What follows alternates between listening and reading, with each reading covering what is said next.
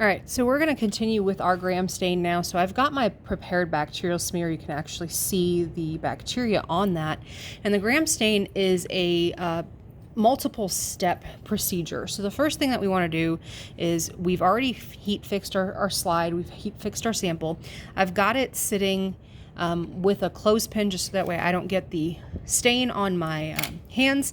And then I've got just a tray here to actually go through the procedure. So the first thing I usually do is I just make sure that these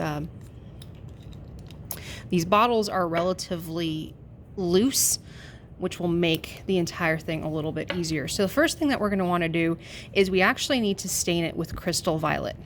And the way that we do that is we put 1 drop of the crystal violet on the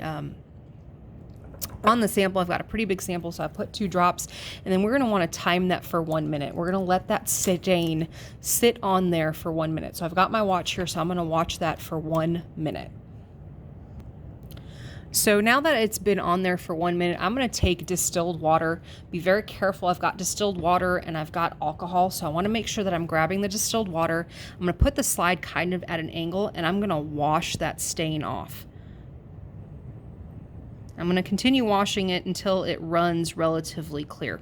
So that's about right. You can actually see the purple stain on the slide itself. Now that I've done that, the next thing I want to grab is Graham's iodine. And I'm going to do that once again, put a drop on the slide. I'm going to let it sit for another minute. So once again, looking at my clock, making sure. Basically what this is we first stain our bacteria with crystal violet, rinse it, then we're going to gram stain it, or use gram iodine on it, which is going to leave it kind of a purplish, bluish color. And so I'm going to let that sit for a minute. So now that that's sat for a minute, once again, taking the distilled water, I'm going to rinse that iodine off until the slide pretty much runs clear again.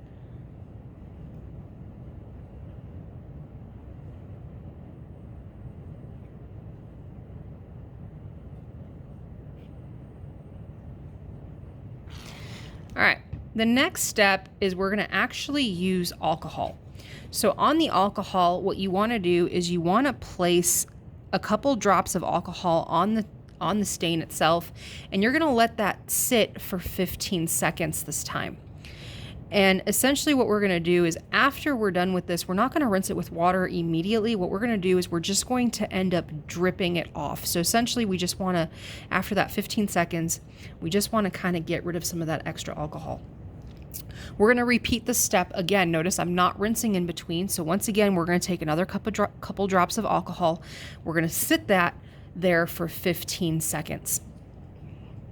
And what this alcohol is doing is it's basically decolorizing. If it is a gram negative bacteria, essentially what's going to happen is that alcohol is going to rinse out that crystal violet. So it's been 15 seconds. So now I want to take that distilled water, and once again, I want to make sure that I rinse that off pretty well.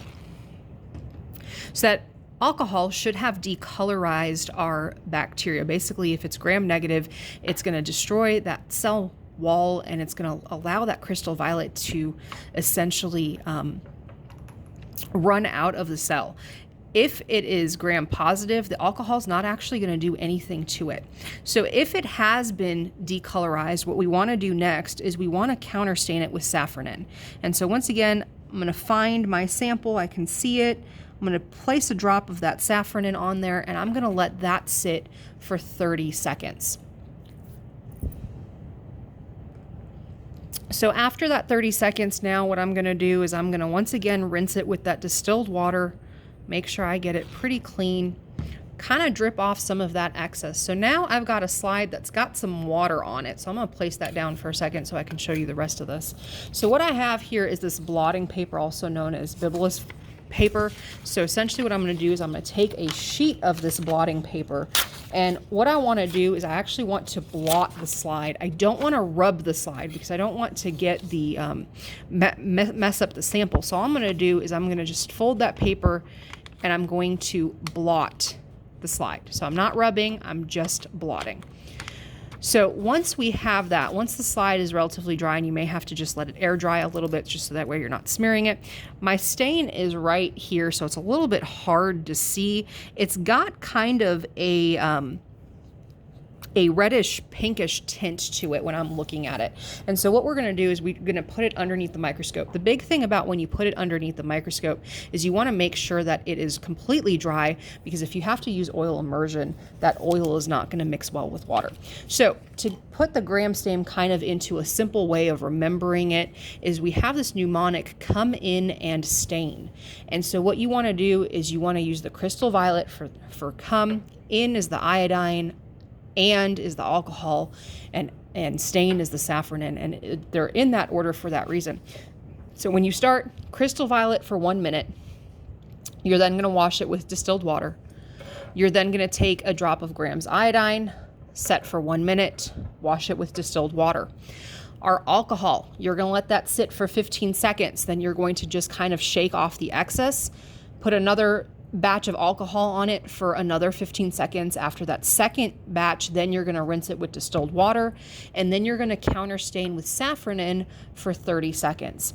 After that 30 seconds, once again, you're going to rinse with distilled water. Once it's completely rinsed, you're going to take some of that blotting paper, and then you're just going to blot it, make sure that it's dry, and then you're ready to look at it underneath the microscope.